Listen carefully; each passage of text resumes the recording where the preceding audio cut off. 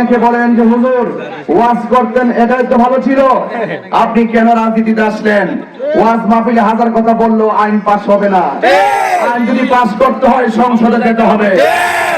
এই জন্য আপনারা সুন্নিয়তের হাতকে শক্তিশালী করবেন এবং দেশের সংকটময় একটি পরিস্থিতি চলছে, সেই পরিস্থিতির আলোকে আপনারা সুন্নিয়তের পাশে থাকবেন, মোমবাতি প্রতীকের পাশে থাকবেন।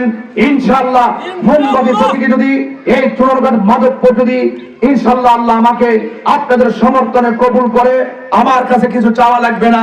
এই চোরারঘাট মাধবপুরে শান্তি সম্প্রীতি রক্ষা করার জন্য, অধিকার হারা মানুষের অধিকার ফিরিয়ে আনার জন্য, সুবিধা বঞ্চিত মানুষের সুবিধা ফিরিয়ে দেওয়ার জন্য, এবং যেই সমস্ত ব্যবসায়ীরা চাঁদাবাজিদের কারণে ব্যবসা করতে পারে না সেই ব্যবসায়ীদের স্বস্তি ফিরিয়ে আনার জন্য, এবং যেই সমস্ত চা শ্রমিকরা তাদের ন্যায্য অধিকার থেকে বঞ্চিত হয়ে অর্থনৈতিক বৈষম্যের শিকার হয়েছে, তাদের সেই সমস্ত অর্থনৈতিক স্বচ্ছতা ফিরিয়ে আনার জন্য ইনশাআল্লাহ আমার কাছে চাওয়া লাগবে না। আমি আমার ঘাম ঝরিয়ে রক্ত ঝরিয়ে রাষ্ট্রের পক্ষ থেকে যেই বাজেট আসবে সুষম বন্টনীতির আলোকে রাস্তাঘাট, শিক্ষা, উন্নয়ন এবং সম্প্রীতির লক্ষ্যে চিকিৎসার উন্নয়ন, মা বোনদের অধিকার, মা বোনদের নিরাপত্তা, মা বোনদের মর্যাদা প্রতিষ্ঠার জন্য ধর্ম বর্ণ নির্বিশেষে সকল ধর্মের মানুষ সব ভেদাভেদ ভুলে গিয়ে সম্প্রীতির মাধ্যমে সম্প্রীতির মডেল বানানো হবে এই চোরারঘাট মাধবপুরবাসীকে।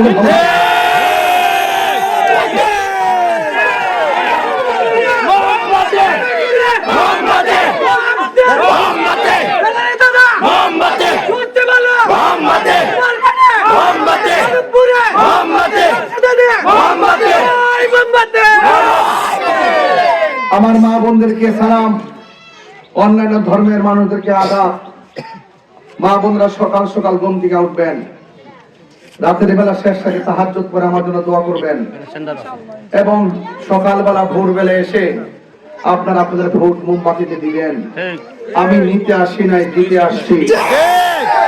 শুধুমাত্র রাস্তা দিয়ে শুধুমাত্র ব্যক্তিগত সুবিধা করা হবে না, আপনাদের আত্মার প্রশান্তির জন্য কাজ করা হবে। এই জন্য আপনারা আমার জন্য দোয়া করবেন।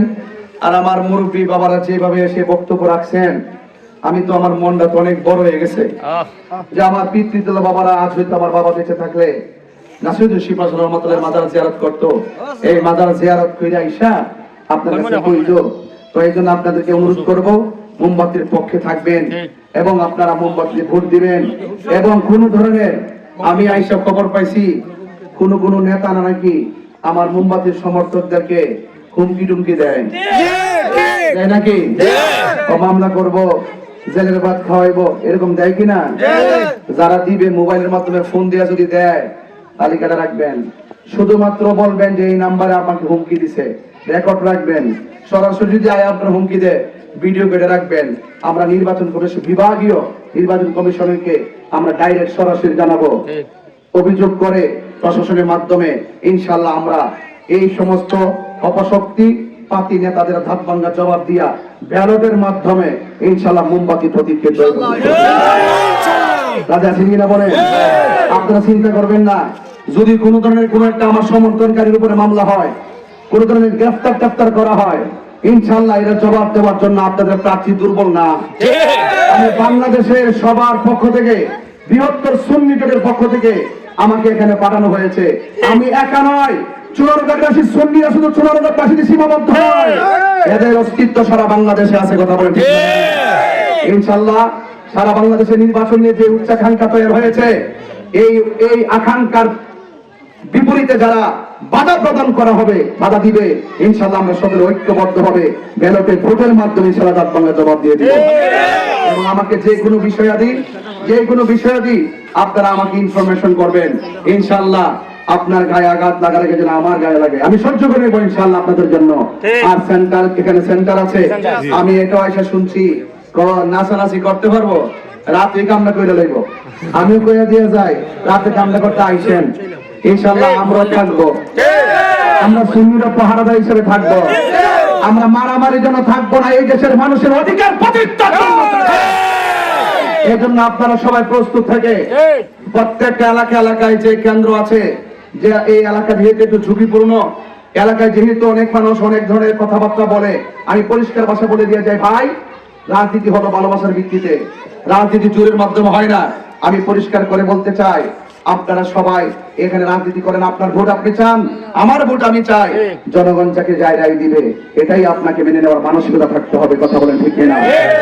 আমি যে মীর দরবেশ আলী রহমাতুল্লাহ মাজারের সামনে দাঁড়িয়ে কথা বলছি, কয়েকদিন আগে জিয়ারত করে গেছি। তো সেখানে আমি এসে জিয়ারতের মাধ্যমে প্রচার প্রচারণাগুলো করছি। তো আজকে যে মাজারের সামনে দাঁড়ায় আমি বক্তব্য দিতেছি, আপনারা জানেন যে আমার সংসদীয় অবিরন 4 চুনারঘাট মাধবপুর আসনে আমার মার্কাটা কি? এটা কি আমার একলা মার্কা না সবার মার্কা? মা বোনদের মার্কা? সবার মার্কা, ঠিক কিনা বলেন? তো আমি আপনাদেরকে একটু জানাইতে চাই, ইতিহাস না বললে আপনারা বুঝবেন না। এই দেশের 90টা মাজার ভাঙছে, আপনারা কি জানেন না? বিচার পাইছেন? বিচার পাইছেন? মাজার করে কি রাতের অন্ধকারে ভাঙছে না দিনের বেলা ভাঙছে? এখনো ভিডিও ফুটেজ আছে না নাই? এই দেশে ইসলাম আনছে আল্লাহর অলিগণ, ওলি আল্লাহর মাজার কি ভাঙবো না রক্ষা করবো? সাধারণ কবর এবং ওলি আল্লাহর মাজার মধ্যে পার্থক্য আছে কিনা? তো এই কথাগুলো আপনি, মাজার যদি আপনার ভালো না লাগে, জিয়ারত যদি আপনার ভালো না লাগে, আপনি না যাইবেন। আল্লাহর মাজার ভাঙছেন, এটা কি ওলি আল্লাহদের সঙ্গে বিয়াদবি হয় নাই? এটা কি আমাদের ইসলামের মূল্যবোধে আঘাত আসে নাই? এই কথাগুলো সংসদে বলার দরকার আছে না নাই? এই জন্য আমি নির্বাচনে আসছি। 2 নম্বর হলো কবর থেকে লাশ তুলে আগুন দা ফুরাই দিছে। এই বিচার কি হয়েছে? দিনে পুরাইছে না রাতে পুরাইছে? এই জন্য এই প্রতিবাদ সংসদে করতে হবে, এই জন্য আমি আসছি। গত কয়েকদিন আগে অযথা মিথ্যা একটা অভিযোগ দিয়ে এক হিন্দুকে পিটায়া গাছের মধ্যে ঝুলায় আগুন দিয়ে পুরাই দিছে। এটা কি বর্বর আচরণ নয়?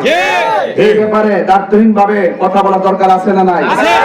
এই জন্য আমি বলবো, রাজনৈতিক অঙ্গনে প্রতিহিংসা শুরু হয়েছে। এই বাংলাদেশে প্রতিহিংসার রাজনীতি বন্ধ করতে হলে একমাত্র শান্তিপ্রিয় আহলে সুন্নাত ওয়াল জামাতের প্রতিনিধিত্ব ছাড়া কখনো রাজনীতিতে স্বস্তি ফিরে আসবে না। আমরা লক্ষ্য করি, যখনই যে দল ক্ষমতায় আসুক, তারা আসুক, আমার কোনো আপত্তি নাই।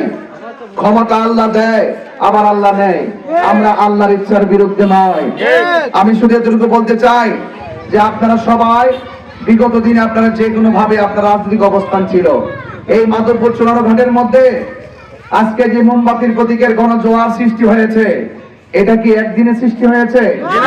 দেশের অবস্থা, দেশের মানুষের নিরাপত্তাহীনতা, দুর্নীতি, জুলুম, নির্যাতন এবং বিভিন্ন ধরনের নিষ্পেষিত মানুষ যখন জর্জরিত হয়ে গেছে, অধিকার হারা মানুষগুলো যখন কণ্ঠ ভারী হয়ে গেছে, তখনই আমরা মনে করেছি দেশের হাল ধরা দরকার। এই দেশের মানুষ একমাত্র সুন্নি জামাতের কাছে নিরাপদ। কথা বলেন ঠিক কিনা? সুন্নিরা ক্ষমতায় আসলে মন্দিরে আঘাত করা হবে না, মাজারে আক্রমণ করা হবে না, যারা মাজারে আক্রমণ করেছে তাদেরকে বিচারের আওতায় আনা হবে, যারা বিভিন্ন ধরনের মানুষকে খুন গুম করেছে তাদেরকে বিচারের আওতায় আনতে হবে। এখন